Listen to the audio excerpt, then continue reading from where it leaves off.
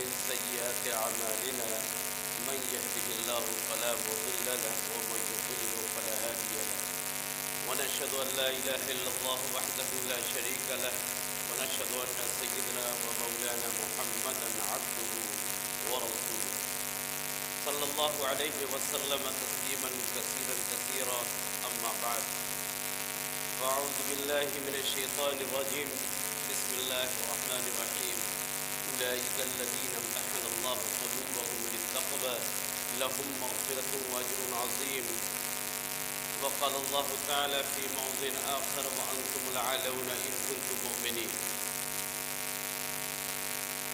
صدق الله العظيم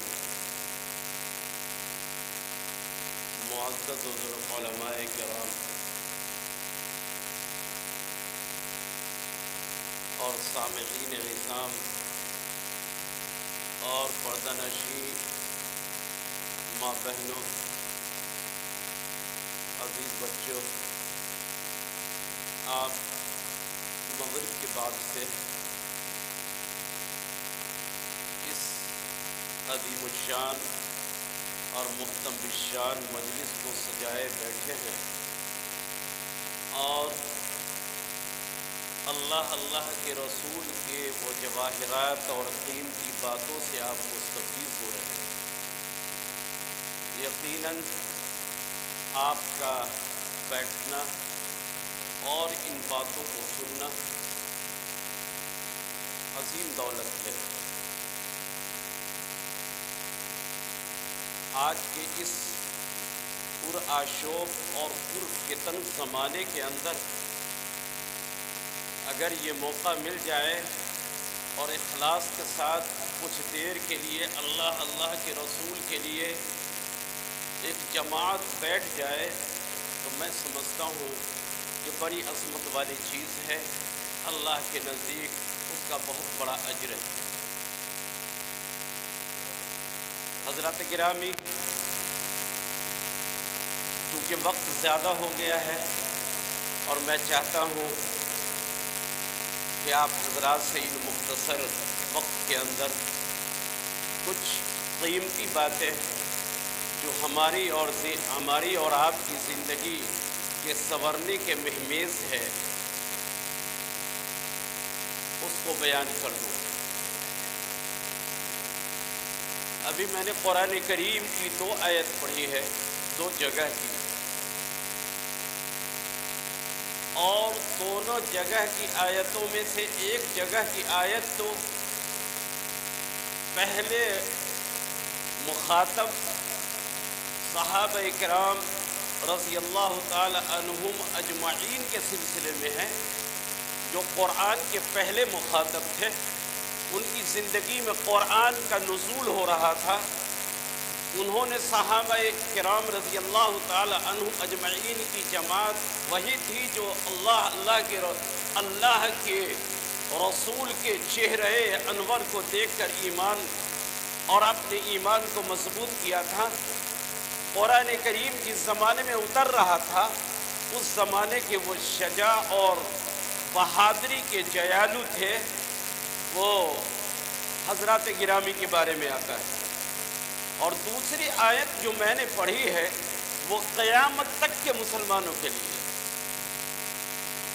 چاہے اس زمانے کے حضرات ہوں جو نبی کریم علیہ الصلاۃ والسلام کے صحابہ کہلاتے ہیں، یا ان کے بعد والی زندگی میں جتنے لوگ آنے والے ہیں، قیامت تک کے ایمان والوں کے لیے ہے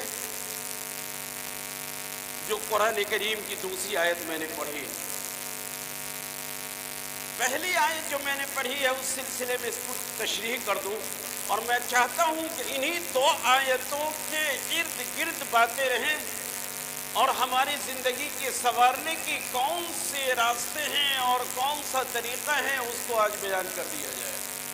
اور میں سمجھتا ہوں کہ اس کو آپ اپنے دل کی گہرائیوں سے سنیے اور دل کی گہرائیوں سے سن کر پھر اس پر عمل کرنے کا عزم مصمم کر لیجیے۔ انشاءاللہ ہماری اور آپ کی کامیابی اسی میں ہے۔ پہلی آیت جو صحابہ کرام کے بارے میں اللہ نے فرمایا اولئک الذین امتحن اللہ قلوبہم، اللہ تعالیٰ نے ان لوگوں کا اولئک الذین امتحن اللہ قلوبہم للتقوی، ان کا امتحان لیا، آزمایا، پرکھا۔ اور دوسرا لفظ ہے قلوبہم للتقوی، اور ان کے دلوں کو تقوی کا محور بنایا۔ یہ دو چیز یہاں پر صحابہ کرام کے بارے میں اللہ نے فرمایا۔ ایک تو ہم نے آزمائش میں ڈالا، ہم نے ان کو تپایا، ان کو پرکھا کہ ایمان اوپر والا ہے یا اندر سے ہے۔ محبت اور دنیا کی دولت اور دنیا کی اولاد اور دنیا کی تمام چیزیں، وہ محبت اور ایک اللہ کی محبت، یہ دونوں محبت میں کون سی محبت اصلی ہے اور کون سی محبت نقلی ہے؟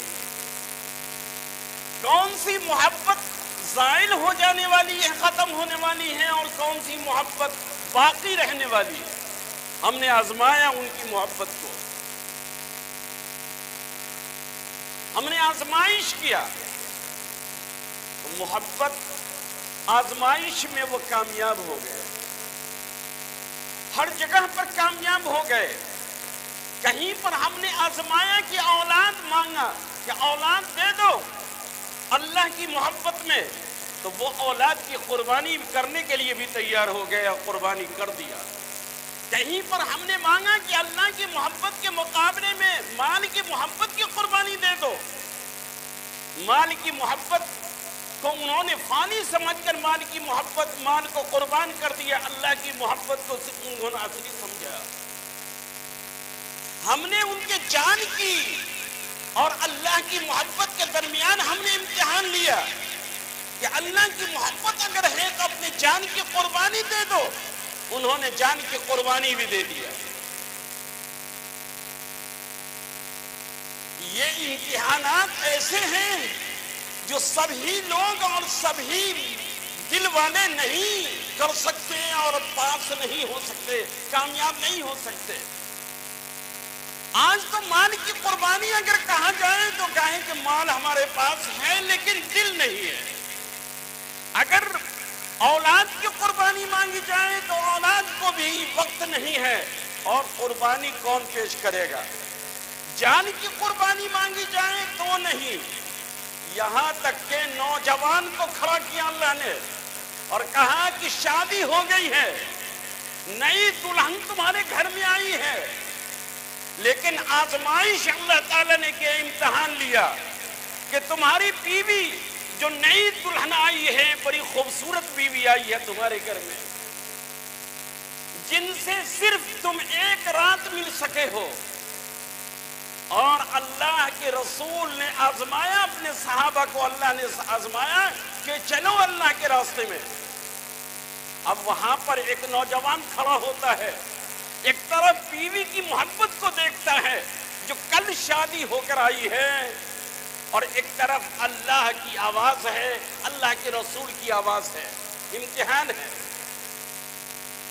کوئی بہانہ کرتا ہے کہ ہاں کل جاؤں گا، آج شادی ہوئی ہے، کل شادی ہوئی ہے، آج دلہن آئی ہے، تو نئی دلہن کو چھوڑ کر کیسے جایا جائے؟ لیکن صحابہ میں سے وہ نوجوان اور جیانو بھی ایسے تھے جو بیوی کو جا کر سلام کہتے ہیں اور کہتے ہیں کہ تم گھر میں رہو، اللہ کی طرف سے آواز آ رہی ہے، اللہ کا رسول بلا رہا ہے اور اللہ کے راستے میں جانا ہے۔ انہوں نے بیوی کو سلام کر دیا، چلے گئے جہاد میں، اپنی جان کی قربانی دے دیا۔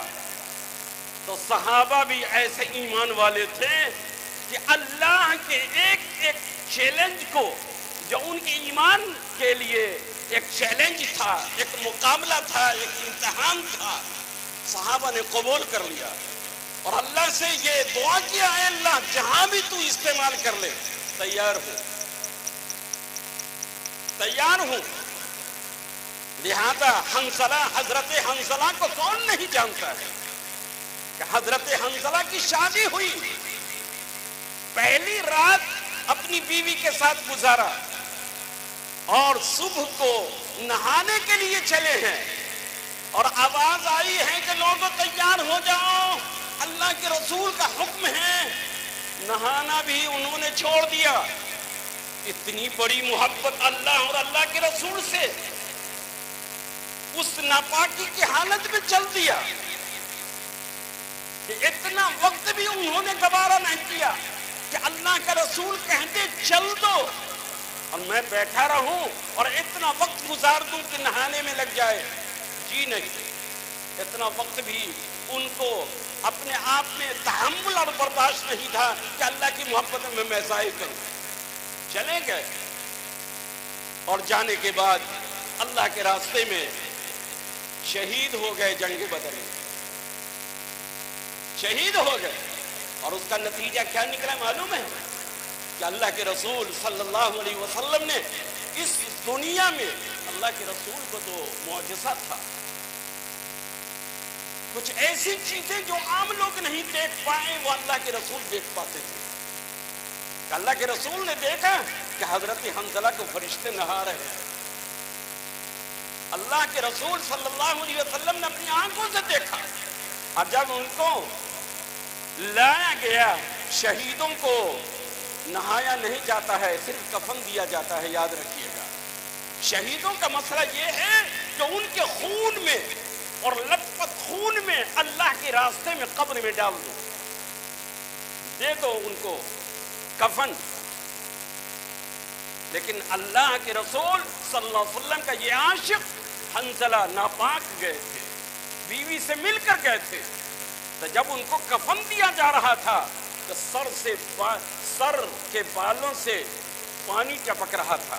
صحابہ کو حیرت ہوئی، صحابہ کی آنکھ نے نہیں دیکھا تھا کہ کون سا شخص ان کے سر پر پانی ڈالا ہے، لیکن اللہ کے رسول دیکھ رہے تھے،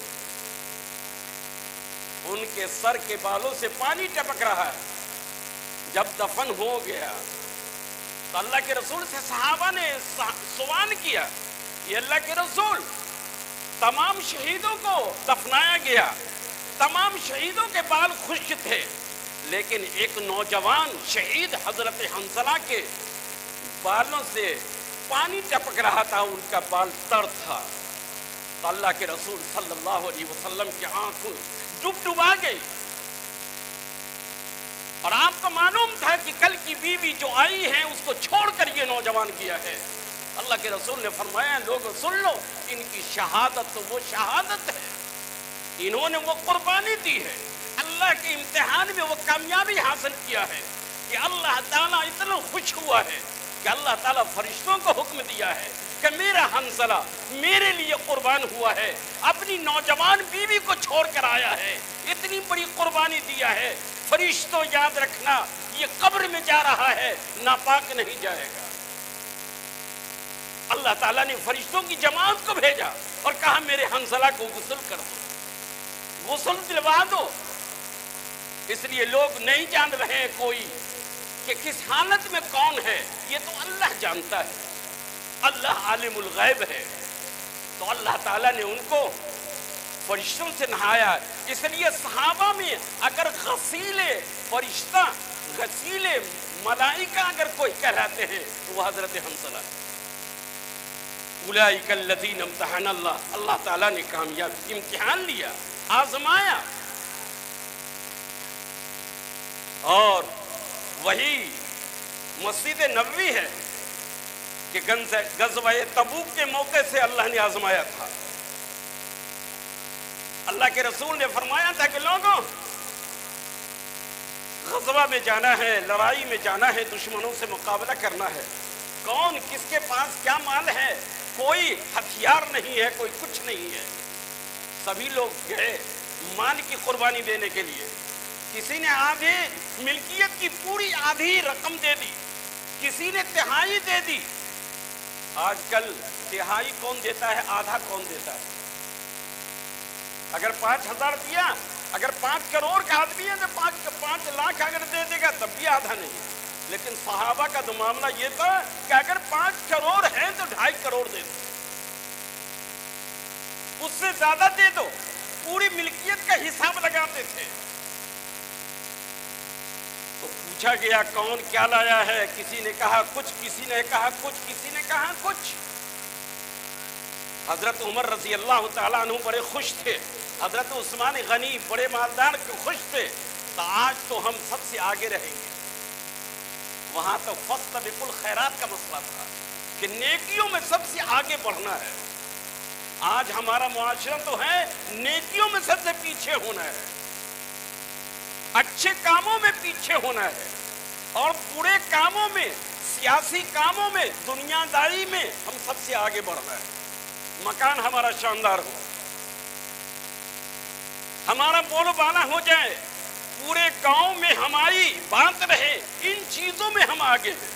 لیکن صحابہ ان چیزوں میں آگے نہیں تھے۔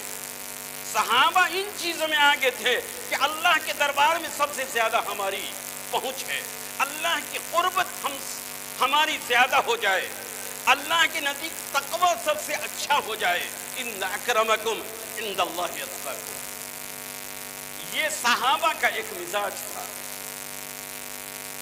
حضرت عثمان غنی رضی اللہ تعالی عنہ سے پوچھا گیا کیا مال لائے، حضرت عمر سے پوچھا گیا کیا مال لائے، حضرت علی سے پوچھا گیا کیا مال لائے، سب لوگوں نے آدھا اور تہائی اور سب کی بات کیا۔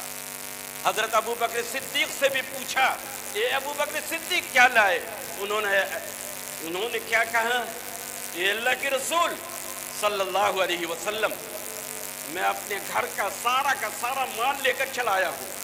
فرمایا بال بچوں کے لیے کیا چھوڑا ہے، فرمایا اللہ کے رسول کے نام کو چھوڑا ہے۔ اللہ تعالیٰ نے قربانی لے لیا مال کی، کامیاب ہو گئے صحابہ، جان کی قربانی ہوئی، صحابہ کامیاب ہو گئے، اللہ تعالیٰ نے ہر موڑ پر کامیاب فرمایا۔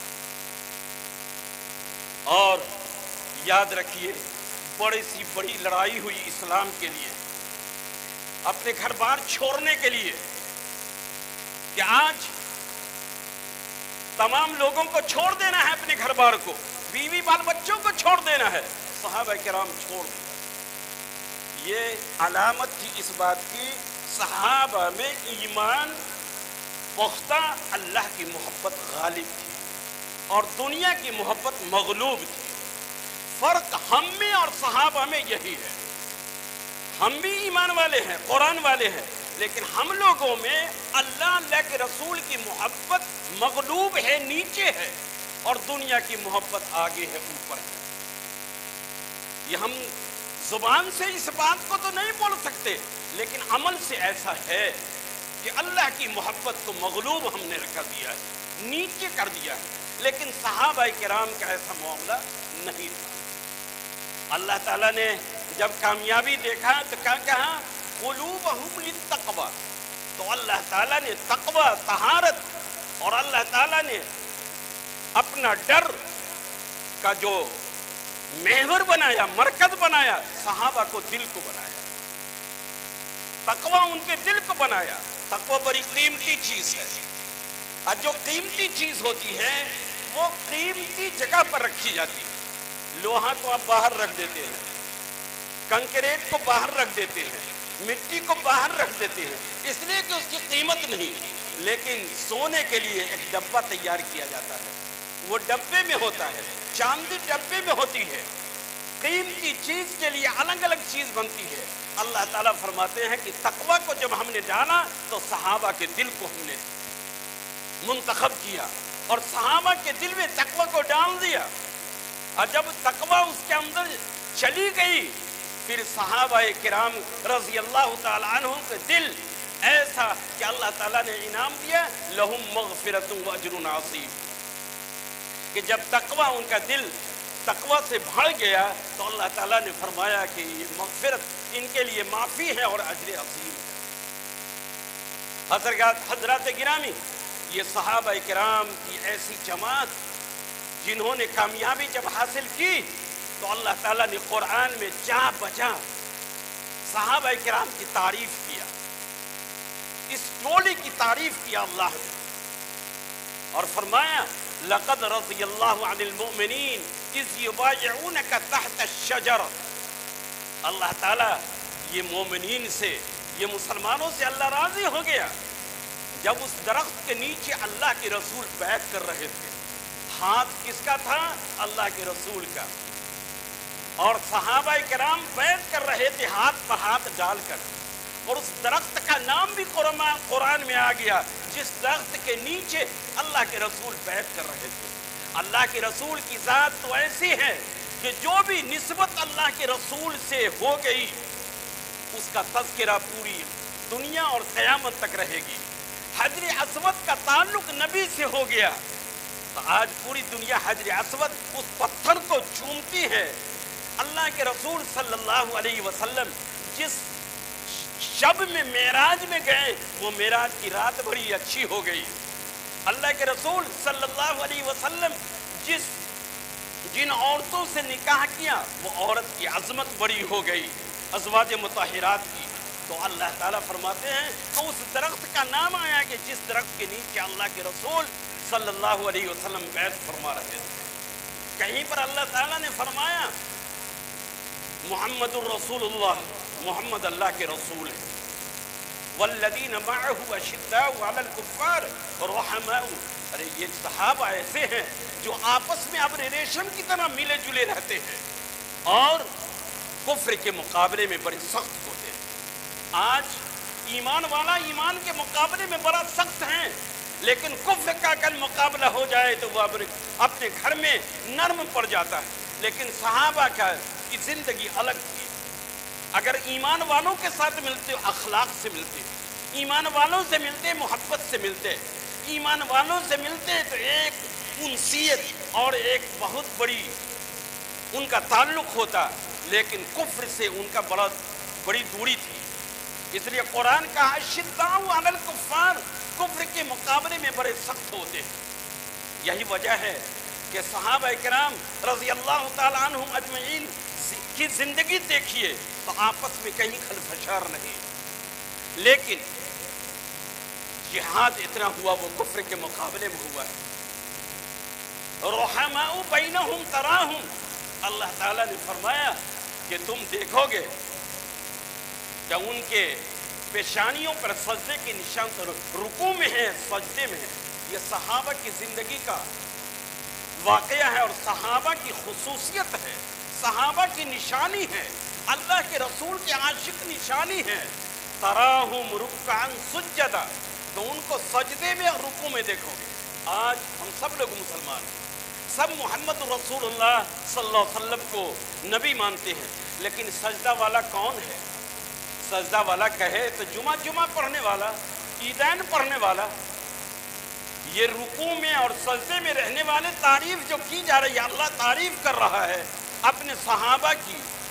وہ رکوع 5 وقتہ رکوع کرنے والا، تہجد پڑھنے والا، سجدوں میں جانے والا، یہ ہے تراہم رکعا سجدا یبتغون فضلا من اللہ ورضوانا. اچھا رکوع اور سجدہ کرنے میں صحابہ کا حال کیا تھا؟ آج ہم نمازی بنتے ہیں اور نماز پڑھنے میں کچھ نہ کچھ. کب نمازی پڑھتے ہیں؟ جب کوئی مصیبت پڑتی ہے، کوئی بیمار ہوتا ہے نماز شروع کر دیا. اپنے بیمار پڑے تو لوگ کہا کہ ارے بیمار ہیں کم از کم اللہ کو یاد کیجئے. کوئی مصیبت زدہ ہے تو اللہ کو یاد کیجئے. لیکن صحابہ کہتے ہیں کہ ہم بیماری کی وجہ سے نماز نہیں پڑھتے، کسی مصیبت کی وجہ سے نماز نہیں پڑھتے، کسی کے خوش کرنے کے لیے دکھاوے کے لیے نماز نہیں پڑھتے. نماز کیوں پڑھتے ہیں؟ یبتغون فضلا من اللہ ونعمہ. اللہ تعالیٰ کی خوشنودی رضوان کو حاصل کرنے کے لیے اور اللہ تعالیٰ کی مہربانی حاصل کرنے کے لیے یہ لوگ نماز پڑھتے ہیں. آج اللہ کی یبتغون فضلا من اللہ ورضوانا، اللہ کی خوشنودی حاصل کرنے کے لیے کبھی بھی نیت کیا کہ اللہ راضی ہو جائے. بیماری کو دور کرنے کے لیے ہم نماز پڑھتے ہیں، اپنے بچوں کی اور اپنی مرادوں کو پورا کرنے کے لیے نماز پڑھتے ہیں. لیکن یاد رکھیے کہ صحابہ کرام ایسا نہیں. بیماری دینا اس کا کام، شفا دینا اس کا کام. نبیوں کو بیماری دی ہے اللہ تعالیٰ نے. حضرت ابراہیم علیہ السلام، حضرت نوح علیہ السلام، حضرت ایوب علیہ السلام کون ایسے نبی ہیں جن کو بیماری نہ ہو؟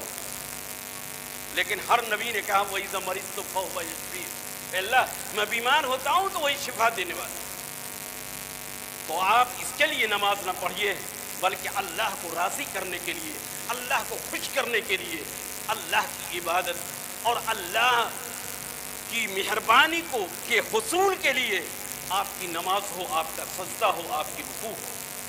صحابہ کی زندگی بتلایا، صحابہ کی عبادت کو بتلایا اللہ تعالیٰ نے قرآن کریم میں، یبتغون فضلا من اللہ ورضوانا۔ آگے بتلایا سیماہم فی وجوہہم من اثر السجود، ان کے چہرے پر سجدوں کی نشانی آپ دیکھیں گے، نور دیکھیں گے۔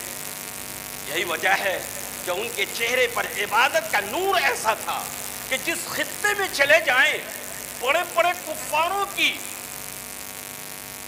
ایسی حالت ہوتی تھی کہ زلزلہ آتا تھا۔ ان کے چہرے کو دیکھ کر درندے اور پرندے جتنے بھی موذی جانور وہ بھی راستہ چھوڑ دیتے تھے۔ ان کے چہرے کو دیکھ کر شیطان راستہ موڑ دیتا تھا۔ سیماہم فی وجوہہم من اثر السجود، یہ ہے ان کے سجدے کی طاقت، یہ ہے ان کے رکوع کی طاقت۔ اور دوستو کیوں نہیں طاقت ہو اور یہ سجدہ والا کیوں نہیں ہو کہ آپ کو تاریخ کے جھڑوکے میں لے جاؤں کہ حضرت عقبہ بن نافع رضی اللہ تعالیٰ عنہ وہ افریقہ کی جنگل میں جب امیر لشکر بن کر جا رہے تھے اور وہاں پر ان کو خیمہ زن ہونا تھا اس جنگل میں، افریقہ کے جنگل میں، تو تمام اپنے صحابہ کو، اپنے ساتھیوں کو بلایا کہ یہاں درندے رہتے ہیں، پرندے رہتے ہیں، یہاں درندے رہتے ہیں، یہ پرندے رہتے ہیں، وحشی جانور رہتے ہیں، خونخوار جانور رہتے ہیں، یہاں پر کیسے خیمہ لگایا جائے اور رات گزاری جائے۔ مشورہ ہوا، کہا کہ تمام صحابہ کو جمع کیا جائے۔ تمام صحابہ کو امیر نے جمع کیا اور جمع کرنے کے بعد فیصلہ ہوا کہ ایک وقت تمام لوگ یہ کہیں کہ اے پرندو یا ایھا الحشرات والسبع نحن اصحاب رسول اللہ صلی اللہ علیہ وسلم، اے درندوں، اے چیر کھانے والے جانوروں، یاد رکھو کہ میں نبی کا ساتھی ہوں، ہم تمام لوگ نبی کو چاہنے والے ہیں، نبی کے ساتھ رہنے والے ہیں۔ اور اس کے بعد فرمایا تو یاد رکھو انا نازلون، ہم لوگ یہاں رہنے والے ہیں، فرجعوا، تم لوگ یہاں سے چلے جاؤ۔ اور فرمایا کہ بعد، اگر اس کے بعد ہماری نظر پڑے گی تو قتلنا، ہم لوگ تم کو قتل کریں گے، اس لیے چلے جاؤ۔ صحابہ نے آواز دیا، نہ مائک کی آواز تھی، نہ وہ کوئی بم کی آواز تھی، نہ کسی میزائل کی آواز تھی، کچھ نہیں، صرف آواز زبان سے تھی، نورانی چہرے اور نورانی زبان کی طاقت تھی کہ ایک آواز دیا، یا ایھا الحشرات والسبع، سب چلو، فرجعوا، یہاں سے کوچ کرو۔ لوگوں نے دیکھا،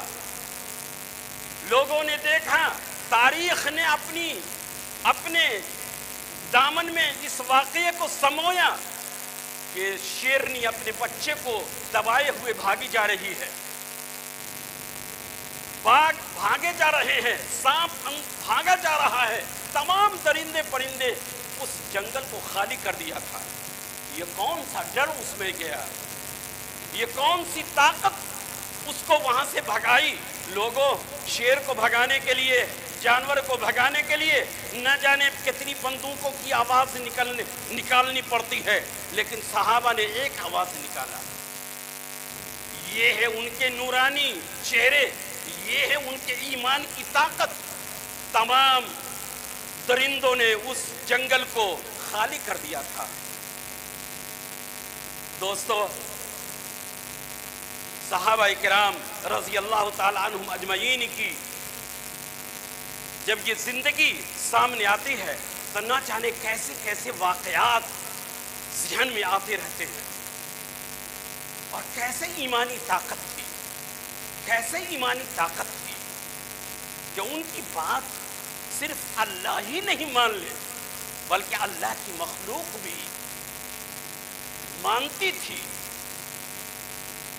سمندر کی بہاؤ بھی مانتے تھے، دریائے نیل اور دجلہ بھی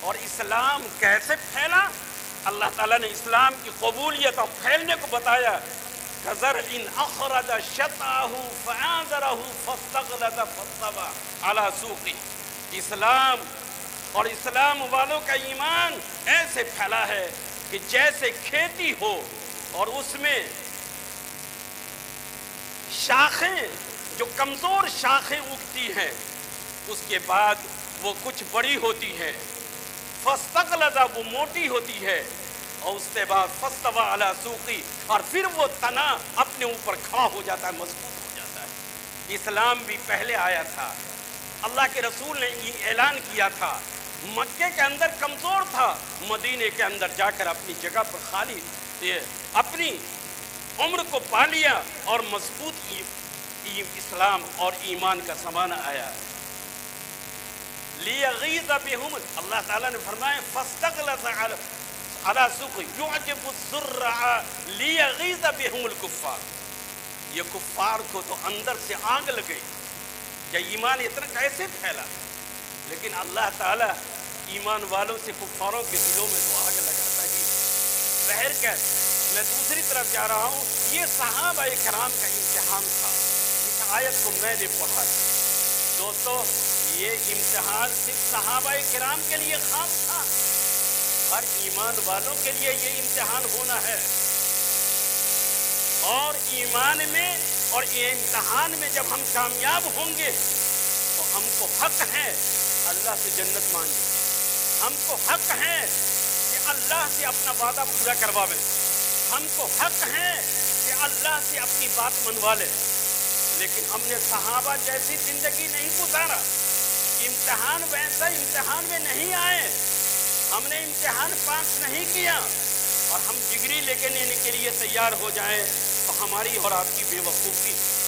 کوئی لڑکا کبھی اسکول میں پڑھا نہیں، اگر پڑھا تو ایسے ہی پڑھا اور فیل ہو گیا، وہ چاہے کہ فرسٹ ڈویژن کی ڈگری لے لے، کوئی بھی مدرس اور کوئی بھی پرنسپل اس کو ڈگری نہیں دے گا، کوئی بورڈ نہیں دے گا۔ صحابہ کرام نے امتحان دیا اور وہ ڈگری پا گئے، رضی اللہ عنہم ورضوا عنہ۔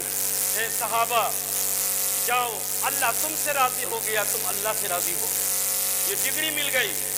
لیکن ہماری اور آپ کی ڈگری بھی مل سکتی ہے جب صحابہ کی زندگی کو گزارے، جب صحابہ کے امتحان جیسے لمحات کو پائیں تو ویسے ثابت قدم رہیں، ویسی محبت رہیں۔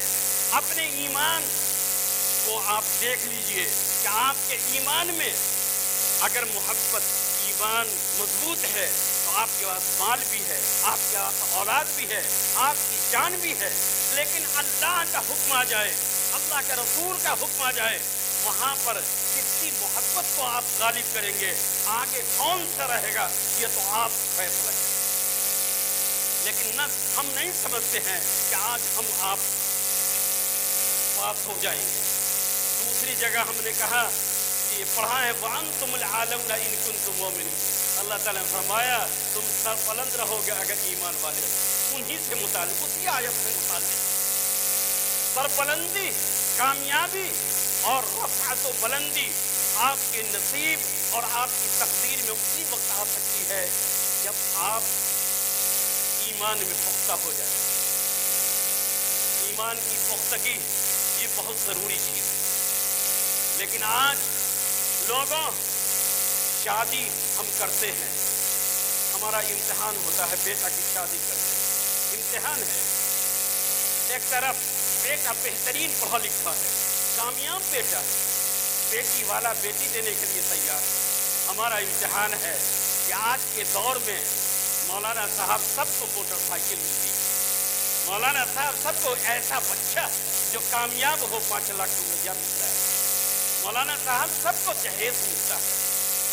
زمانے کو دیکھتے ہوئے اپنے لڑکے کا ہم شادی کریں گے، یہی لفظ، میری کوئی مانگ نہیں ہے۔ لڑکا والا اتنا ہی بولتا ہے، جو شریف ہیں، جو رسیل ہیں وہ تو بول دیتے ہیں مجھے اتنا چاہیے، لیکن جو شریف ہیں، نیک ہیں، نیک لوگوں کی بات میں کر رہا ہوں اور تجربے کے ساتھ کر رہا ہوں، جو میرے ساتھ بھی میری مجلس میں ہوا، مولانا صاحب کچھ نہیں ہماری مانگ ہے، لیکن لڑکی والے کو کہہ دیجئے کہ زمانہ کو دیکھتے ہوئے کرے. خدا کی قسم یہاں پر اس ایمان والوں کی زبان ہوتی کہ مولانا صاحب بیٹے کی شادی کریں گے، لیکن صحابہ کو دیکھتے ہوئے کہیے بیٹی کی شادی کرنا، قرآن کو دیکھتے ہوئے بیٹی کو دے، اللہ کی محبت کو دیکھتے ہوئے دے. اگر یہ زبان میں اور زبان سے یہ کلمات آ جاتے، خدا کی قسم عمر کا زمانہ آ جاتا، حضرت عثمان غنی کا زمانہ آ جاتا. لیکن ایک مومن کی آواز سے یہ زبان سے نہیں آواز نکلتی ہے کہ ہم قرآن کے حالات کے پیش نظر ہم بیٹا کی شادی کریں گے، صحابہ کی زندگی کے پیش نظر ہم شادی کریں گے، بلکہ کہتے ہیں ہم زمانے کے پیش نظر شادی کریں گے، زمانہ کو دیکھتے ہوئے ہم شادی کریں گے، قرآن کو ہم نہیں دیکھیں گے، محمد رسول اللہ کی زندگی کو نہیں دیکھیں گے، ہم اللہ کے فرمان کو نہیں دیکھیں گے، ہم زمانے کے حالات کو دیکھتے ہوئے شادی کریں گے. کہاں ہے ایمان؟ آپ کا ایمان اور امتحان تو ہو گیا. آپ نعوذ باللہ پڑھ لیتے، آپ استغفار پڑھ لیتے اور قیمتی بیٹا کو کہتے تھے کہ قیمتی بیٹی دے دو، بس یہی مجھے چاہیے. حضرت محمد عربی صلی اللہ علیہ وسلم کی بیٹی فاطمہ سے قیمتی بیٹی کتنی ہو. میں نہیں سمجھتا ہوں کہ اس سرزمین میں کسی کی بیٹی اتنی قیمتی ہوگی جس کے بارے میں اللہ کے رسول نے فرمایا تھا من جسدی، فاطمہ میری جگر کی ٹکڑا ہے، جس کے بارے میں نبی نے فرمایا تھا کہ میری بیٹی جنت کی عورتوں کی سردار ہے.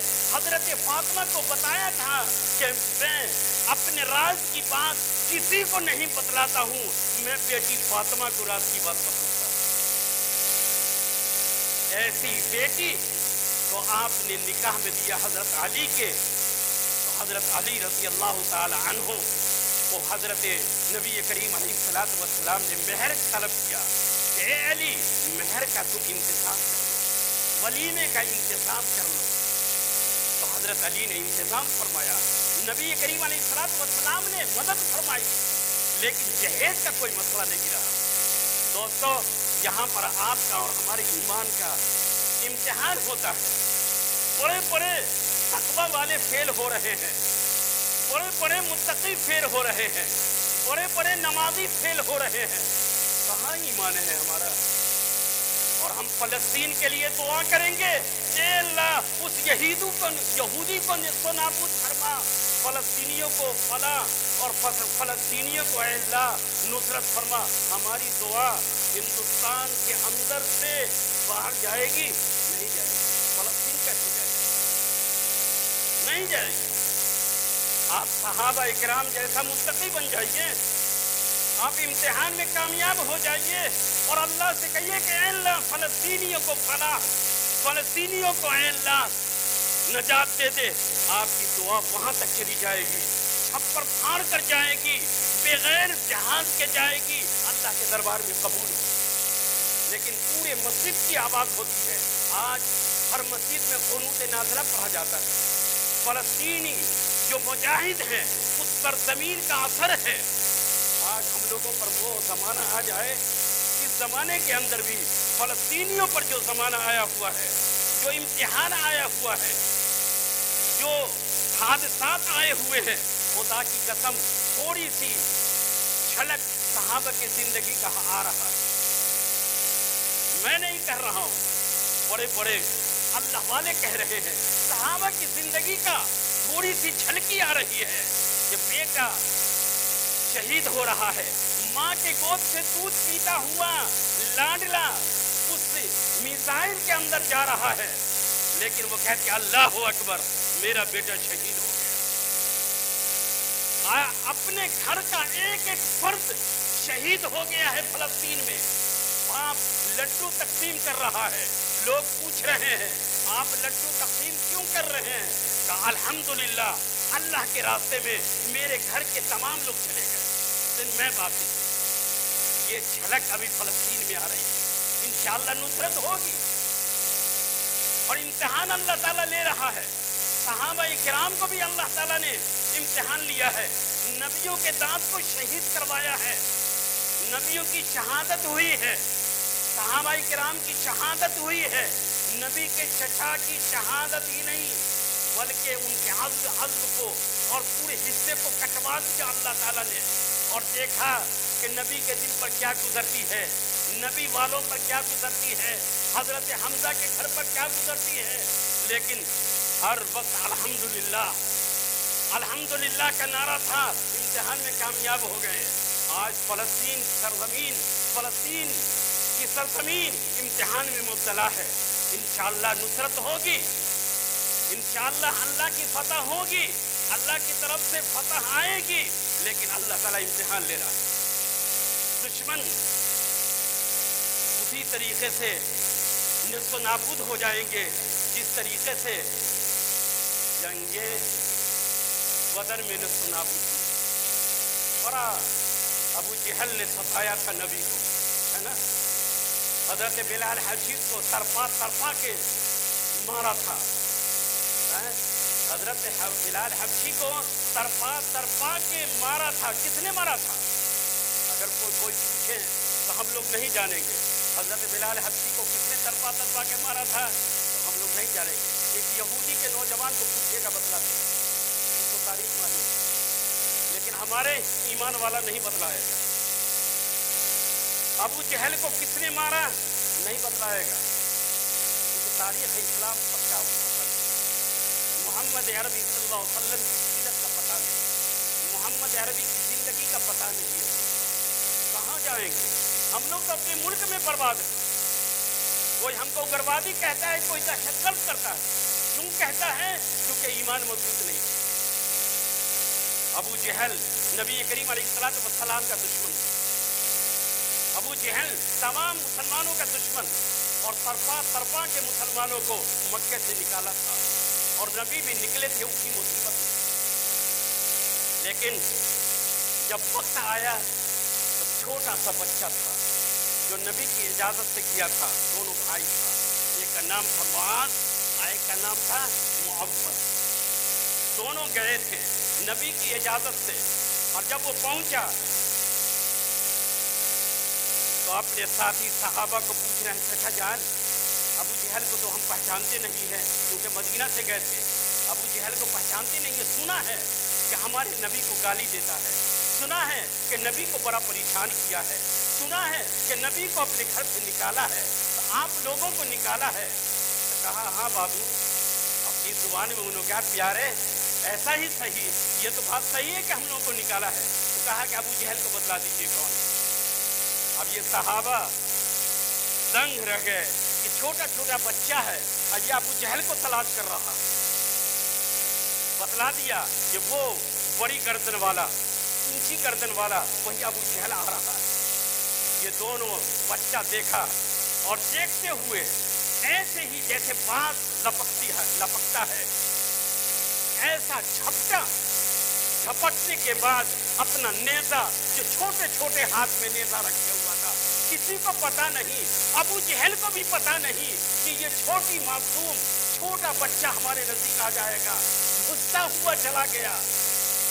یہ مسلمانوں کی تاریخ ہے نا، صرف کہانی نہیں ہے، ہمارے ایمان کی تاریخ ہے، ہمارے بچوں کو بھی ایسا ہونا چاہیے۔ گھستا ہوا چلا گیا اور نزدیک میں جا کر ابو جہل پر وار کر دیا، اور ایسا وار کیا ہے کہ خدا کی قسم اسی وار سے حضرت یہ ابو جہل گر گیا، اور جب گرا ہے تو حضرت سعد بن وقاص پیچھے سے تھے، حضرت سعد بن وقاص نے اس کی گردن کو، اس کے سر کو اس کے جسم سے الگ کر دیا، لیکن کام تمام کیا بچوں نے، گرایا بچوں نے، لیکن سر کو قلم کیا ہے حضرت سعد۔